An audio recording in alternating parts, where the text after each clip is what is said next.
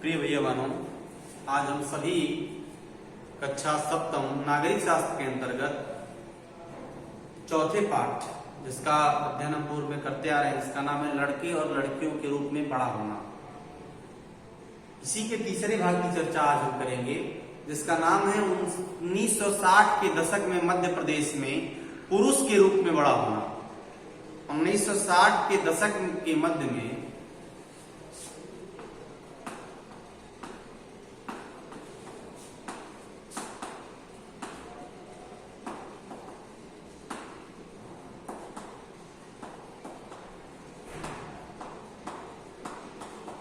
पुरुष के रूप में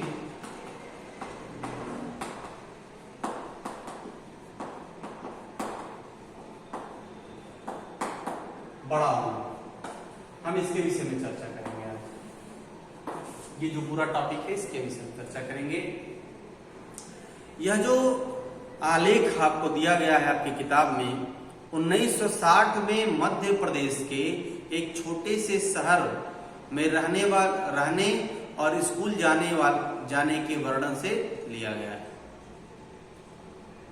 कक्षा 6 में आने के बाद लड़के और लड़कियां अलग अलग स्कूलों में जाते हैं। आप देखते होंगे लड़कियों के स्कूल लड़कों के स्कूल से बिल्कुल अलग होते हैं। जो लड़कियों के स्कूल होते हैं वह लड़कों के स्कूल से बिल्कुल अलग होते हैं। क्यों? क्या आपने इस पे कभी मनन किया, अध्ययन किया या चर्चा किया कि ऐसा क्यों होता है या अलग ढंग से क्यों बनाए गए हैं? आप देखते हैं कि उनके स्कूल या उनके स्कूल के बीच में एक आंगन होता है, जहां से बाहरी दुनिया से बिल्कुल अलग रह करके स्कूल की सुरक्षा में खेलती हैं।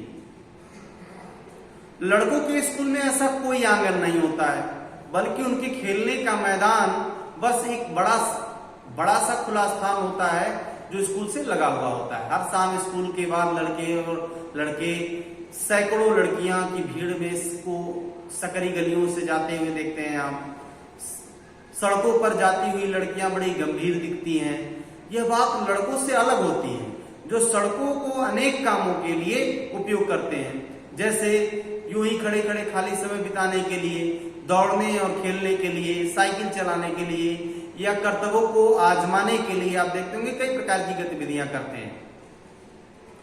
लड़कियों के लिए गली सीधे घर पहुंचने का एक माध्यम थी।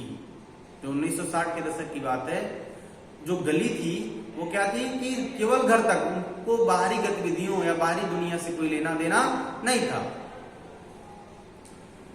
लड़कियां हमेशा समूहों में जाती थी, वो अकेले नहीं जाती थी। शायद उनके मन में यह डर रहता था कि कोई उन्हें छेड़ ना दे या उन पर हमला ना कर दे।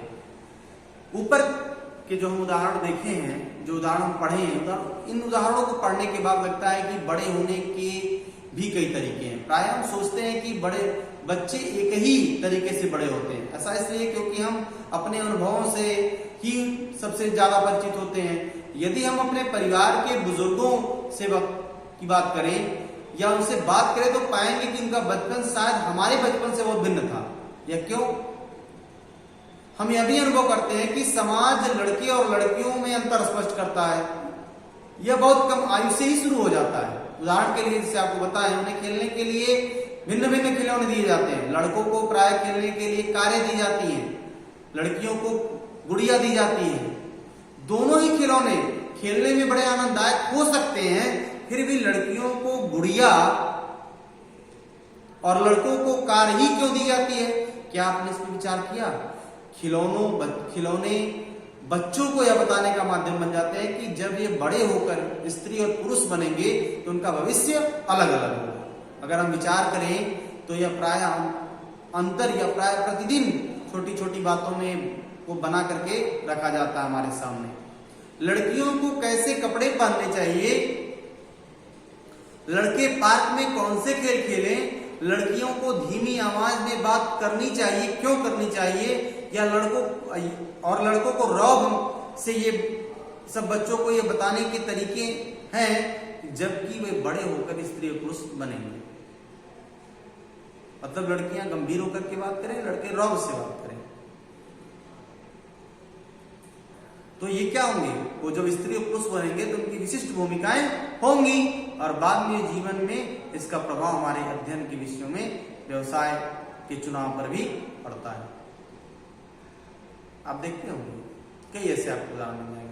आपकी किताब में कहानी भी दी गई है इसी प्रकार की, जिसको आप पढ़ करके आप देख सकते हैं कि किस प्रकार से लड़कों और लड़कियों में विभेद किया जाता है।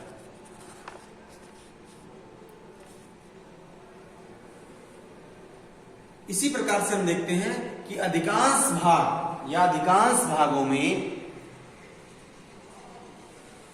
या अधिकांश समाज में, जिसमें हमारा समाज भी सम्मिलित है, इसमें हमारा समाज भी सम्मिलित है, पुरुषों और स्त्रियों की भूमिकाओं और उसके काम के महत्व को समान नहीं समझा जाता है। क्यों नहीं समझा जाता है? पुरुषों और स्त्रियों की हैसियत एक जैसी नहीं होती है। ठीक, क्यों नहीं होती है? इन सब चीजों के बारे में हम चर्चा करेंगे, क्योंकि इन सबके कामों में असमानता है। हम इस असमानता को कैसे समझेंगे? जैसे घरेलू काम का मूल्य, अगर इसके अंतर्गत हम देखें कि घरेलू काम का मूल्य, तो आप कहानी पढ़े होंगे कि जो हरमीत है, हरमीत के परिवार को नहीं लगता कि जसप्रीत घर का जो काम करती थी वह वास्तव में काम था। हरमीत को ये नहीं लगता है कि जो जसप्रीत जो काम करती है उसको ये नहीं लगता है कि वह वास्तव में काम था। उसके परिवार में ऐसी भावना होना कोई निराली बात नहीं थी। सारी दुनिया में घर के काम की मुख्य जिम्मेदारी महिलाओं की होती है या स्त्रियों की होती है। जैसे आप जानते हैं कि देखभाल करना, परिवार का ध्यान रखना, विशेषकर बच्चों, बुजुर्गों, बीमारों का। फिर भी जैसा हमने देखा, घर के अंदर किए जाने वाले कार्यों को महत्वपूर्ण नहीं समझा जाता है। मान लिया जाता है कि वो स्त्रियां के स्वाभाविक कार्य है, इसलिए उनके लिए पैसा देने की कोई जरूरत नहीं है। समाज इन कार्यों को अधिक महत्व नहीं देता है। तो ऐसी परिस्थितियां क्या होती हैं कि धीरे धीरे करके हमारे जहन में बस जाती हैं, जो कि ये विभेद है जो नहीं होना चाहिए। आगे के टॉपिक में हम चर्चा करेंगे घर पर कार्य करने वालों का जीवन। धन्यवाद।